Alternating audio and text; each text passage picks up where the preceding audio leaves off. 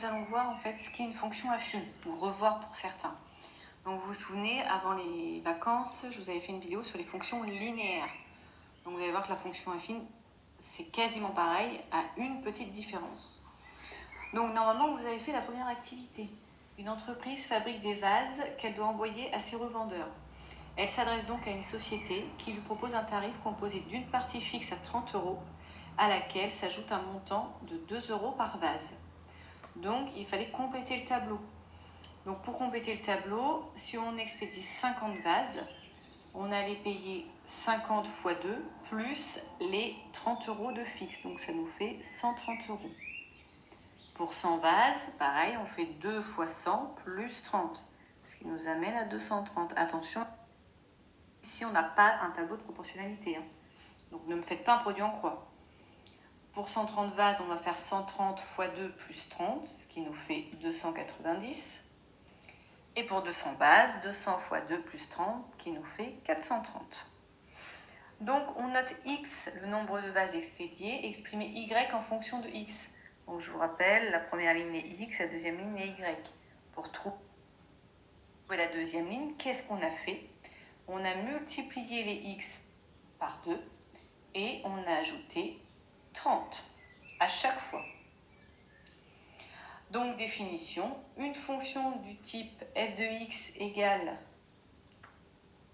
ax plus b est appelée fonction affine.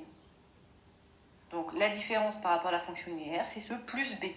Alors attention, plus b, b peut être négatif, on peut avoir moins un nombre. Ensuite, deuxième activité.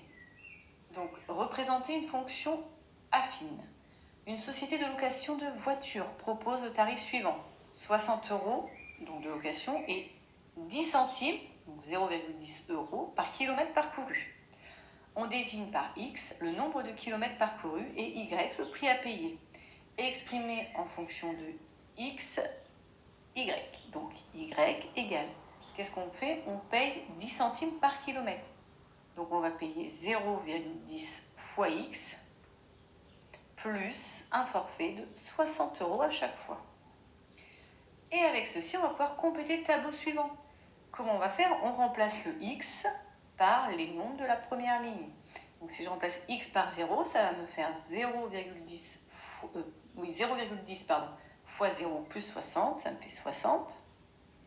Par 100, ça va me faire 0,10 fois 100 plus 60.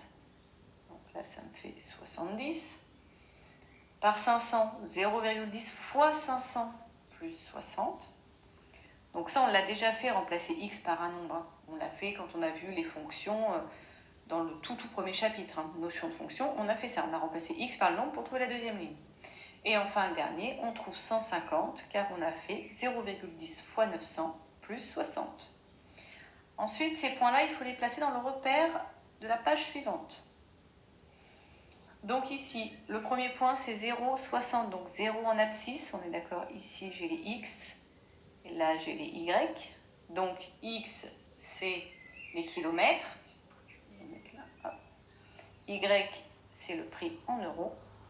Donc, pour 0 km, je paye 60. Hop, je vais essayer d'être assez précise. Pour 100 km, je paye 70 €.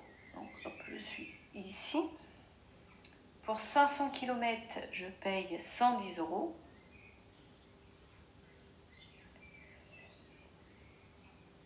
Ici. Et pour 900, j'en paye 150. Voilà. Donc ensuite, on voit que nos points sont alignés. On peut tracer une droite avec la règle.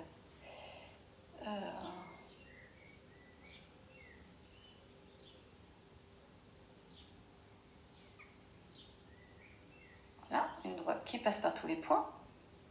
Ensuite, qu'est-ce qu'on vous demande? On vous demande, dans le même repère, tracer la droite qui représente la fonction linéaire définie par 0,1x. Je vous rappelle, une fonction linéaire passe forcément par 0. Donc déjà, on sait qu'on va avoir un 0. Et enfin, on peut après choisir n'importe quel point. Si vous prenez pour 100 km, ici, vous faites 0,1 fois 100, ça vous fait 10. Donc vous avez ce point-là. Mais vous auriez pu choisir un autre point, il n'y a pas de souci. Et enfin, je trace ma droite. Donc il passe par 0, hop. Je vais un petit peu décaler ma droite, moi. Un peu beaucoup. Alors, je vais l'effacer.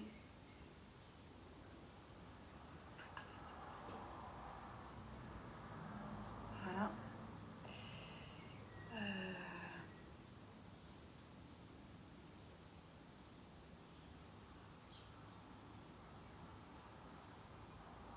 J'arrive pas à la remettre. Non, ça va pas mon histoire.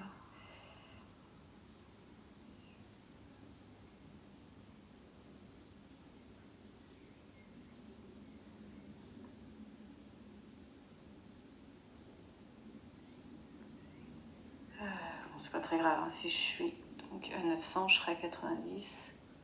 Je vais mettre un point ici. Ce sera plus facile pour ensuite tracer la droite. Qui me la trace à peu près toute seule. Voilà, c'est mieux. Bon, elle passe par 0, bien entendu.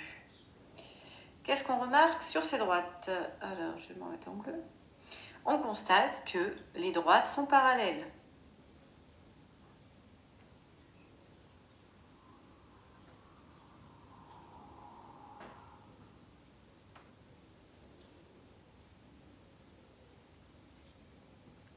Les droites sont parallèles. Donc, à partir du graphique, complétez la phrase suivante. Donc, bien sûr, on s'occupe que de notre première fonction que j'ai tracée ici en rose. Hein. On paiera combien d'euros pour 650 km? Donc là, c'est pareil. Hop. 650 km. Je vais faire ça en vert. Je me place à 650 ici. D'accord. C'est au milieu. Hop. Vous remontez jusqu'à la ligne. Et vous regardez ici à combien vous êtes. On paiera donc 125 euros. De même dans l'autre sens, si on paye 100 euros, hop, on fait la même chose ici. Je paye 100 euros. Donc, je parcours combien de kilomètres là? Oh, j'ai un petit... oui, je suis la partie un peu haute là. Hop, hop, hop, hop, hop, hop. On va se la refaire là. 100 km, je suis bien sur ma ligne là. Et là, je redescends ici. Voilà. Je suis à 400 km si je paye 100 euros. Enfin, pour finir, propriété d'une fonction affine. Donc, une fonction affine de la forme f de x égale à x plus b est représentée par une droite, toujours d'équation y égale à x plus b qui ne passe pas par l'origine, car vous avez vu, ça passe par b en fait. Donc sur l'axe des ordonnées, c'est ce qu'on appelle l'ordonnée à l'origine. Et petit a, eh c'est comme pour la fonction linéaire, c'est le coefficient directeur de la droite. Donc ça ne change pas. Ce qu'on va rajouter, c'est l'ordonnée à l'origine, c'est-à-dire le point où la droite va couper l'axe des ordonnées.